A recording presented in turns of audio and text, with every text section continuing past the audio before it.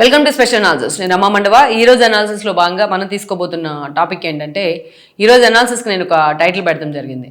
Tilak Varma మావాడే, Sanju Samson మావాడే, world cup కొట్టింది కూడా జగన్మోహన్ రెడ్డి, ఇది కదా క్రెడిట్ చోరీ అంటే అని చెప్పేసి నేను టైటిల్ పెడతాం జరిగింది. ఆ అంశం గురించి మనం మాట్లాడే ప్రయత్నం చేద్దాం. ఈరోజు వైఎస్ఆర్సీపీ ఎప్పుడు కూడా సోషల్ మీడియా విషయంలో మాత్రం ఆ పార్టీని కొట్టే ఇంకొక పార్టీ ఇప్పటిదాకా పుట్టలేదు.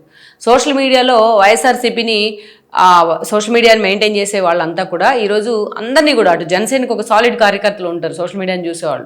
చాలామంది తమ జాబులు కూడా వదులుకొని పవన్ కళ్యాణ్ కోసం అంత అభిమానంతో చూస్తూ ఉంటారు. కానీ ఇక టీడీపీకి ఎప్పటి నుంచో టెక్నాలజీ విషయంలో కావచ్చు, టెక్నికల్ సైడ్ కావచ్చు, టీడీపీ సోషల్ మీడియా వింగ్స్ కూడా బాగానే స్ట్రాంగ్గా ఉంటాయి. కానీ వీళ్ళందరినీ మించి, ఇలాంటి పార్టీలు కూడా మించి వైసీపీ సోషల్ మీడియా ఉంటుంది. వీళ్ళని అభిమానులు అని అనలేం, లేకపోతే కరుడుగట్టిన కార్యకర్తలు అని అనలేం. వీళ్ళని అంతకు మించిన పదాలు ఉంటాయి వీళ్ళని వాడడానికి, అవి ఇక్కడ చెప్పడం కూడా బాగోదు. సో అలాంటి ఈరోజు social media Jaganmohan Reddy credit ఇవ్వడం కోసం ఎంత దూరమైన వెళ్తుంది అనమాట. నిన్న మొన్న అహ్మదాబాద్ లో జరిగిన T20 వరల్డ్ కప్ ఇండియా కైవసం చేసుకుంది న్యూజిలాండ్ మీద.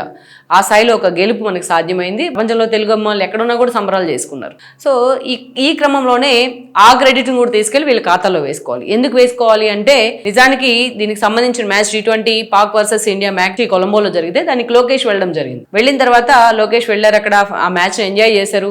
గతంలో ఏదైతే మహిళల వరల్డ్ కప్ కూడా ఆయన వెళ్ళడం జరిగింది, ఆ వరల్డ్ కప్ కూడా గెలుచుకున్నారు. అదేవిధంగా లోకేష్ ఈ మ్యాచ్ కూడా వెళ్ళారు. దాన్ని జగన్మోహన్ రెడ్డి కాంట్రవర్సీ చేసే ప్రయత్నం చేశారు. ఎందుకు చేశారంటే, లోకేష్ కొలంబో వెళ్ళి మ్యాచ్ చూశారు, మ్యాచ్ డైరెక్ట్గా కొలంబో వెళ్ళి చూడాలా ఏంటి, ఇంట్లో కూర్చొని టీవీలో కూడా చూడొచ్చు, నేను అలాగే చూశానని మాట్లాడారు. అంతేకాదు జలసాలు చేస్తున్నారు ఫ్లైట్లో తిరుగుతూ అని చెప్పి కమెంట్ చేశారు. అక్కడి నుంచి ఆయన ఏపీకి రావడం జరిగింది. ఎయిర్పోర్ట్కి వెళ్ళి బిల్ గేట్స్కి స్వాగతం తెలిపారు మరుసటి రోజే. అక్కడి నుంచి మళ్ళీ ఢిల్లీ వెళ్లారు, ఏదైతే ఏపీ ప్రభుత్వానికి సంబంధించి కొన్ని అంశాలు మాట్లాడేందుకు. సో ఈ క్రమంలోనే జలసాలు చేస్తా ఉన్నారు, ఫ్లైట్లో తిరుగుతూ ఉన్నారు అని చెప్పి జగన్మోహన్ రెడ్డి కమెంట్ చేశారు చాలా సీరియస్ గా. దానికి లోకేష్ కౌంటర్ ఇచ్చారు. నా దుడ్డుతోనే నేను టికెట్ తీసుకున్నా, నా దుడ్డుతోనే నేను ఫ్లైట్ టికెట్ వేసుకున్నా, నీకేంటి ప్రాబ్లం, నీ దుడ్డు ఏమన్నా ఇచ్చావా అని చెప్పేసి కౌంటర్ ఇచ్చారు. అంతేకాదు అటు హౌస్లో కూడా ఆయన పెద్దల సభలో మాట్లాడారు, అండ్ అసెంబ్లీలో కూడా మాట్లాడారు. ఆయన మాట్లాడే క్రమంలో జగన్మోహన్ రెడ్డి మ్యాచ్కి వస్తాను అంటే, ఫైనల్ మ్యాచ్ కనుక ఇండియా వస్తే నేను తప్పకుండా ఆ మ్యాచ్కి వెళ్తాను, ఆ మ్యాచ్ చూస్తాను, అవసరమైతే జగన్మోహన్ రెడ్డి కూడా నా సొంత డబ్బులతోనే టికెట్ వేస్తాను అని చెప్పారు ఆయన. అన్నట్టుగానే బొత్సకు కూడా చెప్పినట్టున్నారు కౌన్సిల్లో. అన్నట్టుగానే ఇండియా ఫైనల్స్కి వచ్చింది. ఆ మ్యాచ్ చూడడానికి ఆయన అహ్మదాబాద్ కూడా వెళ్ళడం జరిగింది. అక్కడ ఆ మ్యాచ్ని అటు అమిత్ షా కానీ ఇటు ప్రముఖ క్రికెటర్లు అందరితో కలిసి ఆయన ఆ మ్యాచ్ని చూడడం, ఎంజాయ్ చేయడం, జైషా వాళ్ళందరితో ఫోటోలు దిగడం, సోషల్ మీడియాలో ఆ మ్యాచ్ గెలుచుకోవడం ఇండియా చాలా వైరల్ అయిపోయింది. లోకేష్ ఎక్కడికి వెళ్ళినా ఆ మ్యాచ్ గెలుస్తున్నారు ఇండియా అన్నంతగా కూడా ఆయన అభిమానులు చాలా సీరియస్గా ప్రచారం చేశారు దాన్ని. సో అంటే లోకేష్ చెప్పినట్టుగానే ఇండియా, ఆయన ఊహలో చెప్పినట్టున్నారు, ఊహించి చెప్పారు ఇండియా వెళ్తే అన్నట్టుగా. కానీ అది నిజమే అయింది. ఫైనల్కి వెళ్ళడం, కప్పు కొట్టడం రెండు అయిపోయినాయి. సో అందుకే ఈ క్రెడిట్ అంతా కూడా లోకేష్కి వెళ్తుంది అనేది జగన్మోహన్ రెడ్డి ఆవేదన. అందుకనే ఈ అటు అమిత్ షాతో కానీ, అదేవిధంగా క్రికెటర్లతో కానీ వీళ్ళందరితోని ఫోటోలు దిగి లోకేష్ అవన్నీ సోషల్ మీడియాలో వైరల్ అయిన తర్వాత వీడియోస్ అండ్ ఫొటోస్ ఈరోజు జగన్మోహన్ రెడ్డికి మండుతుంటాయి. ఆబ్వియస్లీ జగన్మోహన్ రెడ్డి టీం కూడా అలాగే ఆలోచిస్తుంది. కాబట్టి ఈరోజు చూసినట్లయితే మొత్తం ఆ క్రెడిట్ అంతా వాళ్ళ ఖాతాలో వేసుకునే ప్రయత్నం చేస్తున్నారు. ఈరోజు ఒక కింగ్ మేకర్గా నిలబడ్డాడు సంజు శాంసన్. గతంలో వైఫల్యాలన్నింటినీ పక్కన పెట్టి ఆ మ్యాచ్ని ఒంటి చేత్తో ఆల్మోస్ట్ మ్యాచ్ ఎండింగ్ దాకా తీసుకురాగలిగాడు. సో ఈరోజు ఆయన్ని వాళ్ళ ఖాతాలో వేసుకుంటా ఉన్నారు. జగన్మోహన్ రెడ్డిని ఆయన్ని పెట్టి ఒక ఏఐ వీడియో చేసి, ఒక ఏఐ ఫొటోస్ సోషల్ మీడియాలో వైరల్ చేస్తూ సంజు శాంసన్ కూడా మేమే ప్రమోట్ చేసాం. తిలక్ వర్మ ఉన్నారు, ఆల్రెడీ ఏపీ నుంచి రిప్రజెంట్ చేస్తూ ఉన్నారు. మొన్న ఆయన లోకేష్ని కూడా కలవడం జరిగింది. అలాంటి తిలక్ వర్మ గతంలో ఆడుదాం ఆంధ్రని వీళ్ళు తెర మీద తీసుకొచ్చారు. అప్పుడు శాప్ చైర్మన్గా సిద్ధార్థ రెడ్డి ఉన్నాడు, బైరెడ్డి సిద్ధార్థ రెడ్డి. అప్పుడు టూరిజం శాఖ మినిస్టర్గా రోజా ఉన్నారు. వీళ్ళిద్దరూ కలిసి ఆ రోజున దాదాపు 140 కోట్లను తగిలేశారు ఆడుదాం ఆంధ్ర పేరుతో. అది స్కామ్ జరిగింది అనేది అందరికీ తెలుసు. దాని మీద ఎంక్వైరీ కూడా నడుస్తోంది. పూర్తిస్థాయి ఎంక్వైరీ అయిపోతే వీళ్ళిద్దరూ కూడా అల్లుడు అత్త అని పిలుచుకుంటూ ఉంటారు. వాళ్ళిద్దరూ కూడా జైలుకి వెళ్లాల్సిందే. అలాంటి కార్యక్రమాన్ని తెర మీద తెస్తూ ఆ కార్యక్రమంలోనే మేము తిలక్ వర్మని అండ్ దెన్ సంజు శాంసన్ని మేము పిలవడం జరిగింది.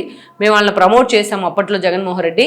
అందుకనే ఈరోజు వాళ్ళు వరల్డ్ కప్లో కీలకం అయ్యారు, T20 వరల్డ్ కప్లో అని చెప్పి సోషల్ మీడియా వేదికగా పోస్టులు చేస్తూ ఉన్నారు. జగన్మోహన్ రెడ్డితో వాళ్ళ ఫోటోలను కూడా పెట్టి పోస్ట్ చేస్తూ ఉన్నారు. ఇంకా కామెడీగా ఉంది. ఇక్కడ వాళ్ళ హైట్ కంపారిజన్ చేసుకున్నా, వాళ్ళ పర్సనాలిటీస్ కంపేర్ చేసుకున్నా అవి ఏఐ ఫొటోస్ అనేది మనకు అర్థమవుతూ ఉంటుంది. గతంలో కూడా ఇది అసలు క్రెడిట్ చోరీ. ఎక్కడ T20 వరల్డ్ కప్, ఎక్కడ తిలక్ వర్మ, ఎక్కడ శాంసన్, అదేవిధంగా ఎక్కడ ఆడుదాం ఆంధ్ర, ఎక్కడి నుంచో తీసుకొచ్చి ఆడుదాం ఆంధ్రకి వీళ్ళు లింక్ చేసే ప్రయత్నం చేస్తూ ఉన్నారు ఆ అంశాన్ని. గతంలో గతంలో జగన్మోహన్ రెడ్డి క్రెడిట్ చోరీ గురించి చాలా బాగా మాట్లాడేవాళ్ళు. నేను తీసుకొచ్చిన ప్రతిదాన్ని కూడా చంద్రబాబు నాయుడు తీసుకొస్తున్నారు, చంద్రబాబు నాయుడు తీసుకొచ్చిన ప్రమోట్ చేసుకుంటున్నారు, ఇది క్రెడిట్ చోరీ అంటూ వాళ్ళ సోషల్ మీడియా గానీ వాళ్ళ మీడియా గానీ జగన్మోహన్ రెడ్డి మాటలను పట్టుకుని ఊదరగొట్టిన సందర్భాలు ఉన్నాయి. ఇప్పటికీ అదే మాట్లాడుతూ ఉంటారు ఆ పార్టీలు నేతలంతా టాప్ టు బోటం. గతంలో అసలు ఆ రోజు నేదురుమల్లి జనార్దన్ రెడ్డి ఏదైతే రాజీవ్ గాంధీ స్ఫూర్తితోని హైటెక్ సిటీ ఫౌండేషన్ వస్తే నేనే హైటెక్ సిటీ కట్టాను అని చెప్పి చంద్రబాబు నాయుడు చెప్పుకుంటా ఉంటారు అంటూ కూడా వాళ్ళ సోషల్ మీడియా విభాగం హైలైట్ చేసింది. కానీ యాక్చువల్ గా అక్కడ ఏం జరిగింది, హైటెక్ సిటీ ఎవరు కట్టారు, జస్ట్ ప్రతిపాదన చేస్తే ఏదైతే ఐటీ పార్కులకి అవి ఎక్కడా కూడా కార్యరూపం దాల్చలా. చంద్రబాబు నాయుడు సీఎం అయిన తర్వాత మాత్రమే వాజ్పేయి డైరెక్షన్ లో హైటెక్ సిటీకి శంకుస్థాపన జరిగింది. అది ప్రపంచం అందరికీ తెలుసు, ప్రతి ఒక్కరికి తెలుసు. అలాగే ఎన్నోసార్లు ఇలాంటి ప్రచారం చేసుకుంటూ వచ్చారు. ఇలాంటి ప్రచారాలు చాలా సార్లు చేశారు జగన్మోహన్ రెడ్డి కూడా. మొన్నటికి మొన్న మనం చూసాం కూడా, ఎప్పుడైతే గూగుల్ డేటా సెంటర్ వచ్చిందో ఏపీకి, ఆ క్రెడిట్ మొత్తం కూడా లోకేష్ ఖాతాలోకి వెళ్ళింది. 13 నెలల పాటు దాన్ని తీసుకురావడానికి, గూగుల్ డేటా సెంటర్ రాష్ట్రానికి తీసుకురావడానికి తాను పడ్డ కష్టం గురించి లోకేష్ మాట్లాడడం కానీ, ఢిల్లీ వేదికగా కేంద్ర మంత్రులతో కలిసి గూగుల్ ప్రతినిధులతో ఒప్పందం కుదుర్చుకోవడం కానీ, అది అయిపోయిన తర్వాత ఏదైతే గూగుల్ వైజాగ్కి రావడాన్ని సుందర్ పిచాయ్ లాంటి వాళ్ళు వైజాగ్ రూపురేఖలే కాదు మొత్తం ఏపీ రూపురేఖలు కూడా మార్చిపోతుంది గూగుల్ ఏ డేటా సెంటర్ అని చెప్పడం కానీ. సో ఇదంతా కూడా ఈ క్రెడిట్ లోకేష్ ఖాతాలోకి వెళ్ళిన తర్వాత ఆ పార్టీ దాన్ని చాలా సీరియస్ గా టార్గెట్ చేసింది. మొదట్లో చాలా మంది దాన్ని వాటర్ గురించి, రాయితీల గురించి క్వశ్చన్ చేశారు. అదేవిధంగా పవర్ ఎగ్జంప్షన్స్, వాటర్ ఎగ్జంప్షన్స్ గురించి గుడివాడ అమర్నాథ్ లాంటి వాళ్ళు దాన్ని వ్యతిరేకించారు. ఇక కొంతమంది మెదడులేని మనుషులైతే ఆ పార్టీలో ఉన్న వాళ్ళు దాన్ని గోడౌన్ అంటూ కూడా వర్ణించారు. వీళ్ళంతా ఇలా బొంబార్డ్ చేస్తున్న క్రమంలో హఠాత్తుగా లండన్ నుంచి ఊడిపడ్డారు జగన్మోహన్ రెడ్డి. ఓ ప్రెస్ మీట్ పెట్టి నేను గతంలో అదాని డేటా సెంటర్ తీసుకొచ్చాను, దాన్నే ఈ రోజు గూగుల్ డేటా సెంటర్ గా చెప్పుకుంటున్నారు అని చెప్పేసి దాన్ని మసిపూసి మారేడుగా చేసే ప్రయత్నం చేశారు. అదాని డేటా సెంటర్ కి చంద్రబాబు నాయుడు 500 ఎకరాలు కేటాయిస్తే దాన్ని సగానికి సగం కోసేశారు జగన్మోహన్ రెడ్డి. దాన్ని శంకుస్థాపన మళ్ళా చేశారు, చెల్లికి మళ్ళా పెళ్లి అన్నట్టుగా. దాన్ని కూడా తన ఖాతాలో వేసుకునే ప్రయత్నం చేశారు. ఎక్కడ అదాని డేటా సెంటర్, ఎక్కడ గూగుల్ ఏ డేటా సెంటర్, ఆ రెండు వేరు కదా.